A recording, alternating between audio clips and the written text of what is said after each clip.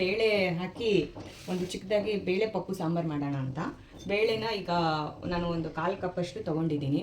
ಇದನ್ನು ವಾಶ್ ಮಾಡ್ಕೊಂಬರ್ತೀನಿ. ಅಷ್ಟೋ ತನಕ ಗೌರವ್ ಯಾರನ್ನೂ ಮೀಟ್ ಮಾಡಿಸ್ತಾರೆ ನೋಡಿ.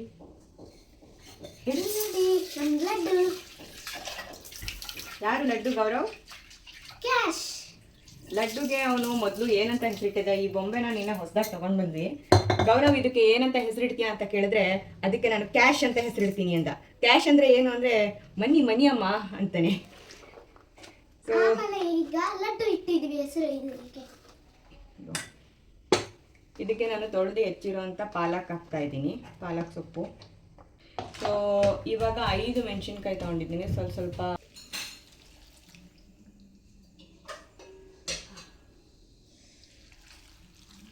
ಸೊ ನಾನು ಯಾವಾಗ ಬೇಳೆ ಚೆನ್ನಾಗಿ ಬೇಯುತ್ತೆ ಅಂತ ನಾನು 3 ರಿಂದ 4 ವಿಜಿಲ್ ಆಗಬೇಕು.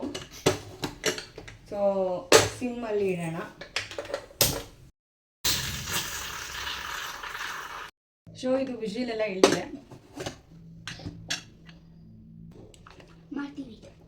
ಈ ಥರ ಒಗ್ಗರಣೆಗೆ, ಸೊ ಆ ಸಾಂಬಾರು ಒಗ್ಗರಣೆಗೆ ಕೊತ್ತಂಬರಿ ಸೊಪ್ಪು, ಬೆಳ್ಳುಳ್ಳಿ, ಒಣಮೆಣಸಿನ್ಕಾಯಿ, ಈರುಳ್ಳಿ, ಕರಿಬೇವು ಸೊಪ್ಪು, ಒಂದು 2-3 ಸ್ಪೂನು, ಚಿಕ್ಕ ಸ್ಪೂನ್ ಇದು. ನಾವು ಬೆಳ್ಳುಳ್ಳಿನೇ ಹಾಕಬೇಕು. ಬೆಳ್ಳುಳ್ಳಿ ಸ್ವಲ್ಪ ಕಾಯಿ, ಈಗ ಸಾಸಿವೆ, ಜೀರಿಗೆ, ಕರಿಬೇವು,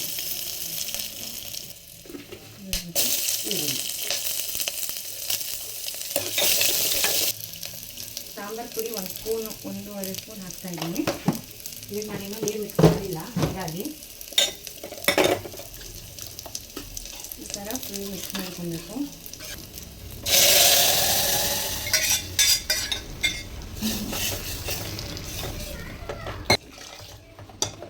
ನೀರು